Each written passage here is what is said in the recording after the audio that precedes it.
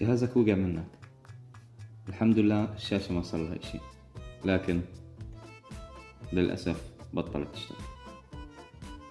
الحل بسيط، احنا بنحتاج لشغلتين. الشغلة الأولى توصيلة هاي، الشغلة الثانية أي ماوس USB عندك سواء وايرلس أو ماوس سلكي عادي بنفع معك.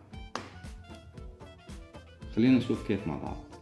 التوصيلة هاي بسموها USB on the go، وهي عبارة عن توصيل USB Type A من جهة، والجهة الثانية بتكون يا أما مايكرو USB أو USB Type C حسب نوع المدخل في جهازك.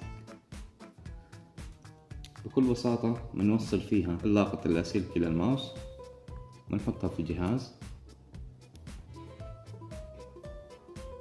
زي ما انتم شايفين هون. بإمكاننا نتحكم بالشاشة بكل بساطة، نختار الملفات اللي بدنا إياها وننسخها بدون أي مشاكل.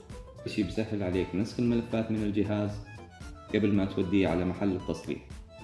شكرا لمتابعتكم، لا تنسوا الاشتراك في المحطة إذا ما كنتم مشتركين، أما مشتركيننا لا تنسوا الضغط على زر الإعجاب إذا أعجبكم الفيديو.